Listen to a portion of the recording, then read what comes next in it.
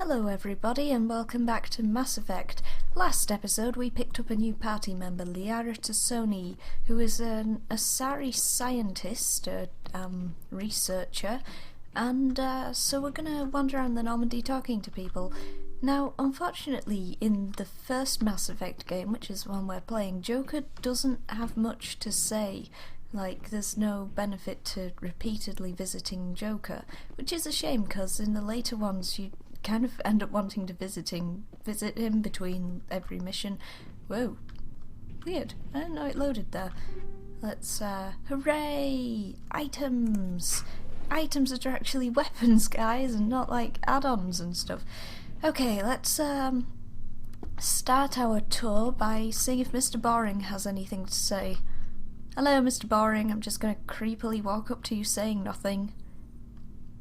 Yep. Commander? Do you have a minute? I'm listening. I always make time for my officers. Off the record, I think there's something wrong here.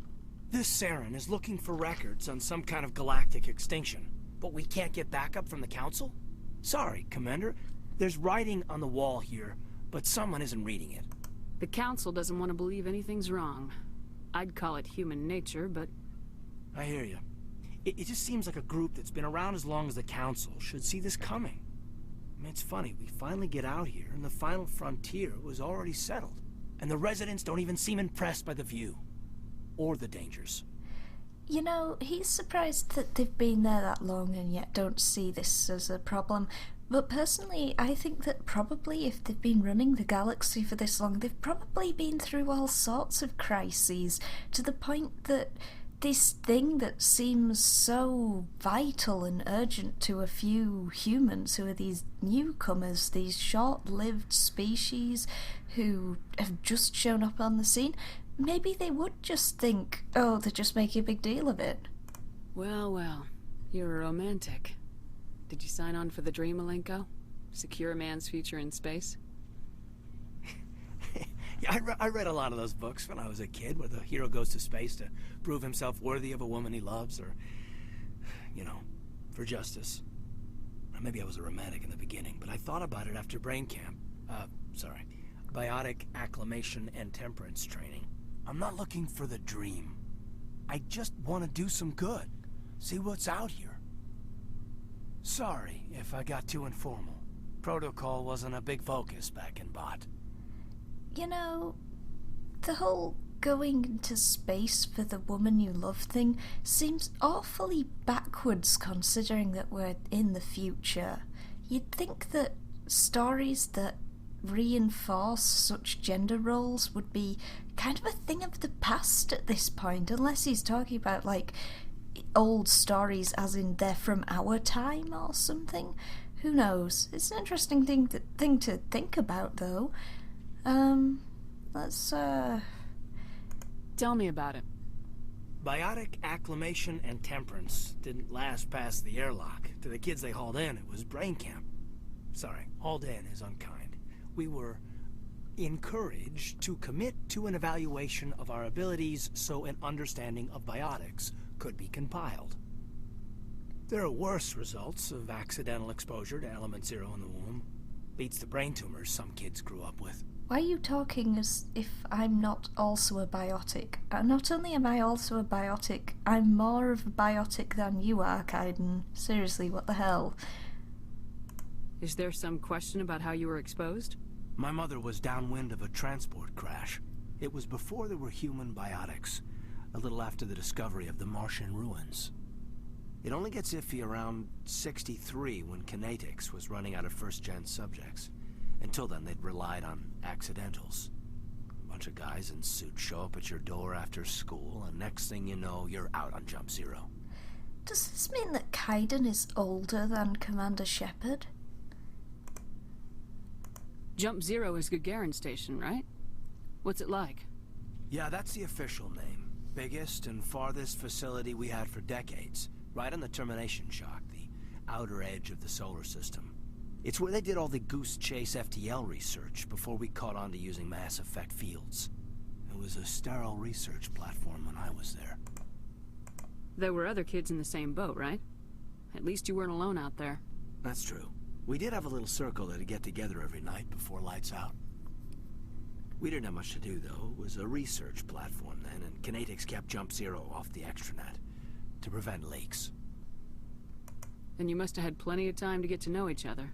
Yeah, we'd sit around and bull every night after dinner, play cards or network games. There was this girl named Rana, who had a little circle grow up around her.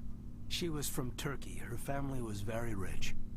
But she was smart and charming as hell. Beautiful, but not stuck up about it. Like you, I guess. Ma'am? Slightly uncomfortable with this Kaiden.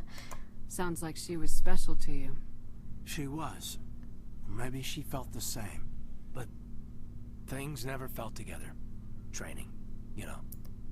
Or maybe you're just a useless nice guy who expects women to have feelings for him just because he's nice to them. Okay, I'm being unfair perhaps to him. You know of any intentional exposures for certain? No one knows. Doesn't mean they didn't happen. As big as the exposures were, it was hard to track down accidentals.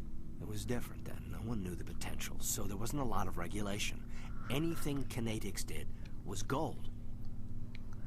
I'm not saying they intentionally detonated drives over our outposts, but in retrospect, they were damn quick on the scene. Jump Zero's a long way from home. What was it like? The grand gateway to humanity looks a lot better in the vids. Anyway, this was supposed to be a casual debrief, not a bull session about stuff that happened years ago. We have to depend on each other in combat. I like knowing what kind of man I have at my back. I understand, ma'am. I won't let you down. You, make a habit of getting this personal with everyone? See, I hate this dialogue choice. It gives me no option to, and even if I say to some degree, because yes, we're going around talking to all of our crew, we want to get to know all of them. If I say this, watch what happens. Of course. But I don't enjoy it with everyone. We'll talk again later. Ugh. I'll need some time to process that. I don't want to flirt with Kaiden. Yeah, I'd like that. No, that being nice to somebody and flirting with them are two different things, even if they are sort of linked. Oh, this is something they really fixed in the sequels, where they actually made it so that the options for romantic dialogue are separate, like they're obviously separate. You don't accidentally end up flirting with somebody just by being nice to them, and it's a bit of a problem in the first game. Let's talk to Liara, who apparently, since none of you commented on the previous episode, nobody cares about me romancing. Okay.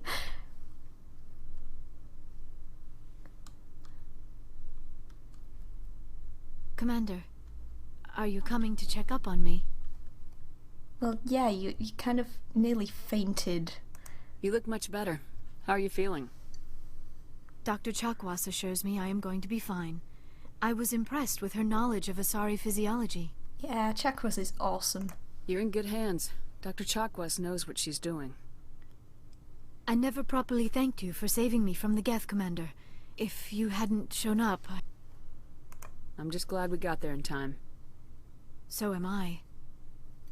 I know you took a chance bringing me aboard this ship. I have seen the way your crew looks at me. They do not trust me. But I am not like Benezia. I will do whatever I can to help you stop Saren. I promise. Don't worry, Liara. I trust you. I know you won't let me down. It means a lot to hear you say that, Commander. Thank you.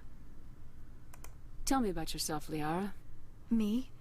I am afraid I am not very interesting, Commander. I spend most of my time on remote digs, unearthing mundane items buried in long-forgotten Prothean ruins. Sounds dangerous. And lonely. Sometimes I would run afoul of indigenous life forms or stumble across a small band of mercenaries or privateers, but I was always careful. Until the Geth followed me to Artemis Tau. I never found myself in any situation my biotics could not handle. As for the solitude, well, that is one aspect that most appealed to me. Sometimes I just need to get away from other people. Okay, so let's just recap here about Liara. She goes to remote planets by herself to dig up archaeological finds, and if she comes across a band of mercenaries, she takes them out with her psychic powers on her own. It's like... that is just ridiculously badass. Why would we not want to romance this lady in favour of Mr. Boring? You don't like other people? I suppose it comes from being a matriarch's daughter. People expected me to follow in Benezia's footsteps. They wanted me to become a leader of our people. Matriarchs guide their followers into the future. They seek the truth of what is yet to come. Maybe that's why I became so interested in the secrets of the past. It sounds so foolish when I say it out loud. It sounds like I became an archaeologist simply to spite Benezia. All children rebel against their parents. It's a natural part of growing up. Aha, you share the wisdom of the matriarch, Shepard. That is exactly what Benezia said when I told her of my decision. But there was more to it than that. I felt drawn to the past. The Protheans were these wondrous, mysterious figures. I wanted to know everything about them. That is why I find you so fascinating. You were marked by the beacon on Eden Prime. You were touched by working Prothean technology. Sounds like you want to dissect me in a lab somewhere. What? No, I did not mean to insinuate. I never meant to offend you, Shepard. I only meant that you would be an interesting specimen for an in-depth study. No, that's even worse. Okay, and she's adorable. Calm down, Liara. I was only joking. Joking? Oh, by the goddess, how could I be so dense? You must think I am a complete and utter fool. Now you know why I prefer to spend my time in the field with data disks and computers. I always seem to say something embarrassing around other people. Please, just pretend this conversation never happened. Oh, but it was such a cute conversation. So let's learn a bit more about this Benezia, because she seems to be in cahoots with Saren. Do you know why Benezia joined up with Saren? I don't understand it.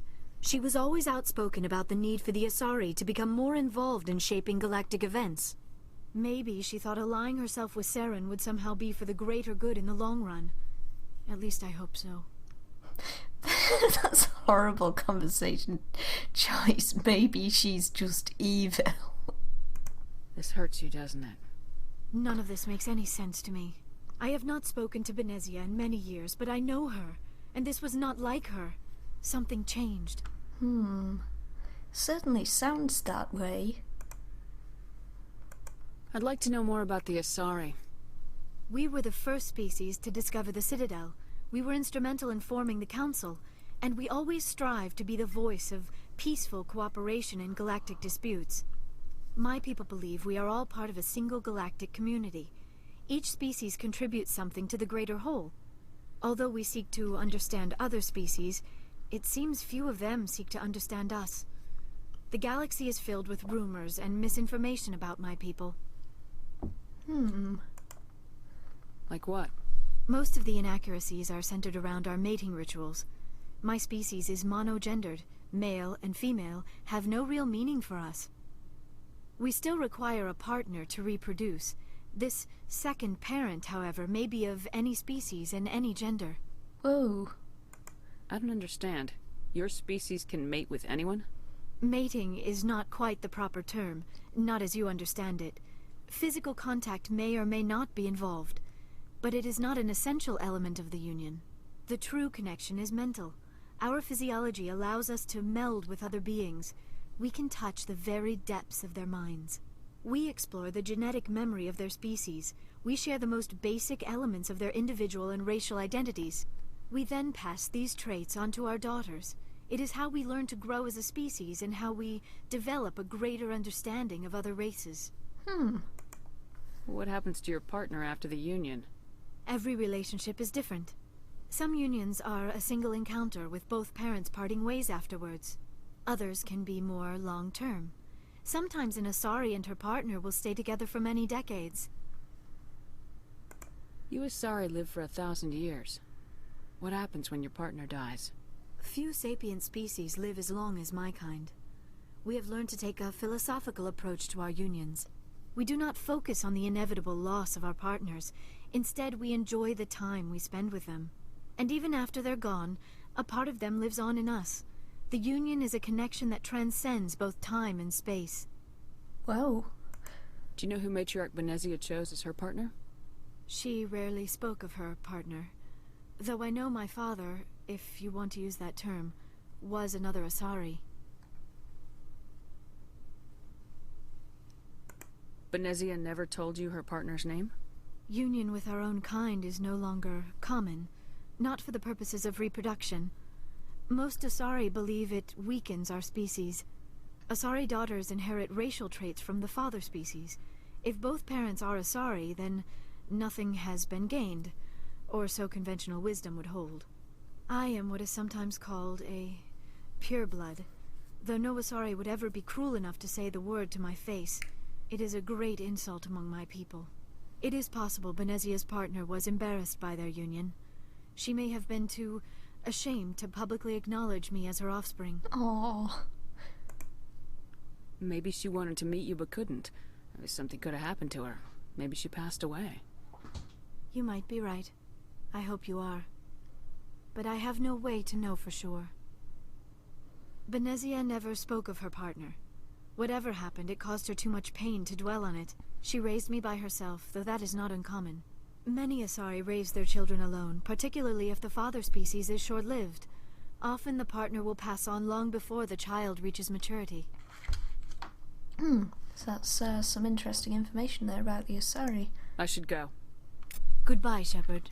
So that was our first meeting with Liara, who of course is voiced by Ali Hillis, who you may recognise as Lightning from Final Fantasy XIII, which was one of the things that drew me to the character. One of the reasons in my first playthrough I went to rescue her as my first story mission, because it was like, wait, it's a character voiced by the same lady who's Lightning? That's going to be awesome. But she plays really quite a different part. You can tell it's the same voice actress, but it's very subdued. It's quite interesting. Let's talk to Rex. So, we've got Saren on the run. Yes, we do. It won't be long now. Saren's good, but I'm better. Good. He's rotten. To the core. I could tell as soon as I met him. Oh, interesting. Why didn't you tell me this sooner? I would've if I thought it was important. Okay. I think I'd like to hear about it just the same. This was a while ago. A bunch of mercs were bragging about a job out near the edges of the Terminus systems. They said it paid well and the boss was never around to ride them. They said he was looking for more men, too. So I checked it out. I didn't know Saren was openly recruiting mercs. It wasn't that open, and he only showed his face once. We'd been raiding ships in the area for months when we took out this massive cargo freighter. Our biggest haul yet. I was on board checking bodies for valuables, looking for some extra credits. That's when I saw him. What did Saren want with the ship? I don't know what he wanted. He was just moving through the ship, watching. Creepy. Couple of the mercs called him by name, but he never spoke to them. Never spoke to anyone. I had a really bad feeling about him, so I got the hell out. Didn't even wait to get paid. What kind of cargo was the freighter carrying? What was Saren after? I don't know. All I saw on that ship was food and medical supplies. There were some basic weapons, but nothing big. If there was anything of value on that ship, I didn't see it. That's why I didn't mention it sooner. Whose ship was it? There was a Volus trading vessel. Big one. Lots of guards. But they were no match for us. That's the only time you saw him? Didn't even know who he was. Still wouldn't if I hadn't joined up with you. But my instincts were right. Every other merc on that mission turned up dead within a week. Every damn one. Yikes. So long, Rex. You know, Shepard. I don't think they ever do explain what happened to that ship or why Saren was after it. I might be wrong. I just don't remember it ever being revealed. Let's see what's going on with Ash. Commander? What's your opinion of the last mission? Not sure I buy Dr. Tassoni's story about her and her mom not talking. They're family, right? I think she's being straight with us. Or at least I don't think she lies very often. She's not very good at Yeah, it. she's probably really bad at it. Hey, want me to ask her about her sex life? Might be illuminating. I don't think she's used to teasing, good-natured or otherwise. No fun, Commander. Too bad those ruins got destroyed. I mean, they lasted thousands of years. That's impressive. Interestingly, Liara does get used to teasing as the series goes on. Her character really kind of develops a lot. In fact, this can be said for a lot of the characters who appear in this first part of the series and then reoccur throughout. Do you have a few minutes to talk? One-on-one? Sure, I was hoping to get a minute of your time off the record. I keep an open door policy. If you have any concerns, lay them on me. All right. I know things are different aboard the Normandy, but I'm concerned about the aliens, Vicarian and Rex. What? With all due respect, Why? Commander, should they have full access to the ship? Stop being a racist, Ash. They may not serve the Alliance, Chief, but they're allies. At least as far as Saren goes. This is the most advanced ship in the Alliance Navy. I don't think we should give them free rein to poke around the vital systems. Engines, sensors, weapons. Oh, come on. Garrus just wants to calibrate things. You don't trust the Alliance's allies? I'm not sure I'd call the Council races allies. We, humanity, I mean, have to learn to rely on ourselves. Ash, this ship was built by humans and Turians. What the hell? Standing up for ourselves doesn't mean standing alone. I don't think we should turn down allies. I just think we shouldn't bet everything on them staying allies. As noble as the council members seem now, if their backs are against the wall, they'll abandon us. Paragon Shepard doesn't agree with you. You got a pessimistic view of the universe, Williams. A pessimist is what an optimist calls a realist. Look, if you're fighting a bear and the only way for you to survive is to sick your dog on it and run, you'll do it. As much as you love your dog, it isn't human. It's not racism, not really. Members of their species will always be more important to them than humans are. I'm pretty sure that's racism, Ash. These seem like deeply held beliefs, Williams. What made you think this way? My family's defended the Alliance since it was founded. My father, grandfather, great-grandmother, they all picked up a rifle and swore the oath of service. I guess we just tend to think of Earth's interests as our own. It doesn't sound like you've worked with aliens before. No, ma'am. Mainly I've been groundside, part of the surface garrison forces. I did get a rotation on a space station for training. Every Marine a rifleman, every rifleman ZG certified. That's odd.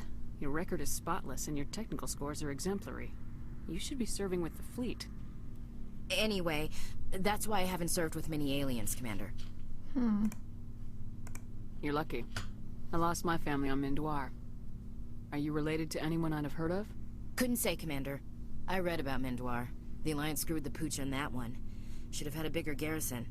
Is that why you're out here? To take the fight to the pirates? Mainly I wanted to serve. Protect the Alliance, save lives, you know?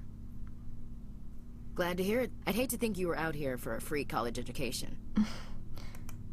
Alright, I can see where your concerns are coming from, Williams. But this is a multilateral mission. You're gonna have to work with aliens, like it or not. It won't be a problem, Commander. You say jump, I say how high.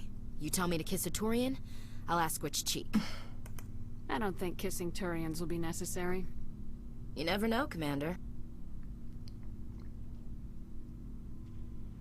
well, let's leave Dismissed, Chief. Ash to Ma'am. her own devices. Oh, level up. Yay, we got a level up just for, like, talking to people and stuff. Hooray.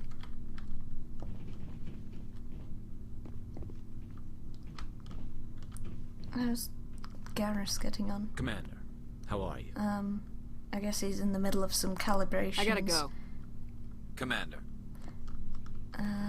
Let's just check out the shop. How's it going? Looking for supplies? I'm always looking for supplies. Let's see what you got. You bet, Commander. Still can't afford the delicious items.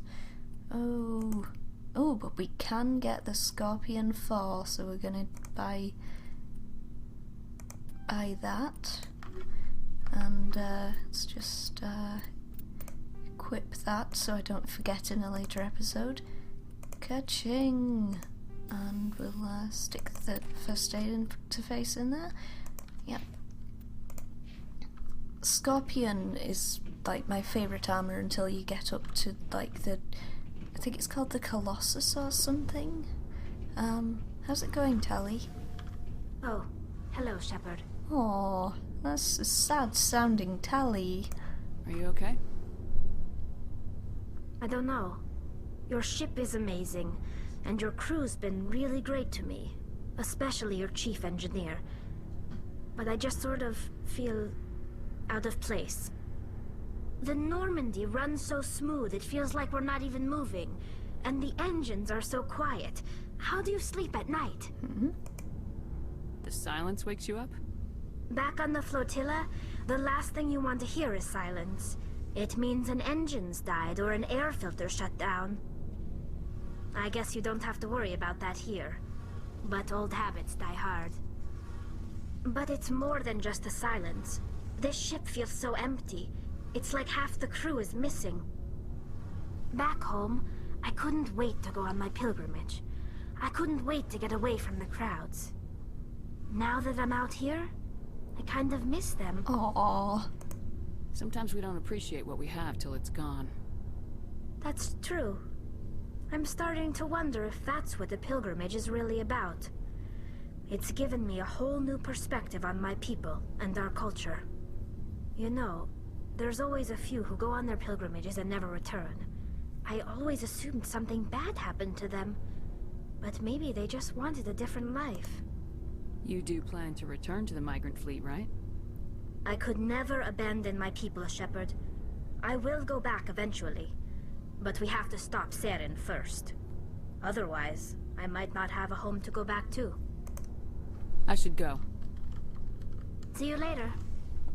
Tally's being really brave here. I always think of Tally as being a bit like a first-year university student. She's probably about the same age as well, because considering they do the pilgrimage when they've reached maturity, she's probably around the kind of whatever the equivalent age for Aquarian is to, about 18 or so. So yeah, you can kind of relate to her feelings of homesickness and missing things that she didn't think she'd miss that you normally would be annoyed by. So that's how our crew are getting on. And so next episode we're gonna probably go and do some side quests, because what we got in assignments, we've got missing Marines, oh no, the Artemis Tower cluster, finding those, sorry writings, strange transmission, what's that? That's Hawking Eater cluster, investigate the strange biotic commune, that sounds like a good idea, and go to the Argos Row cluster and investigate the unusual readings. So we'll probably do something like that next time. If you have any specific side quests you want us to pursue at this point, then feel free to leave us some messages in the comments. And with that, lovely viewers, I will see you next time.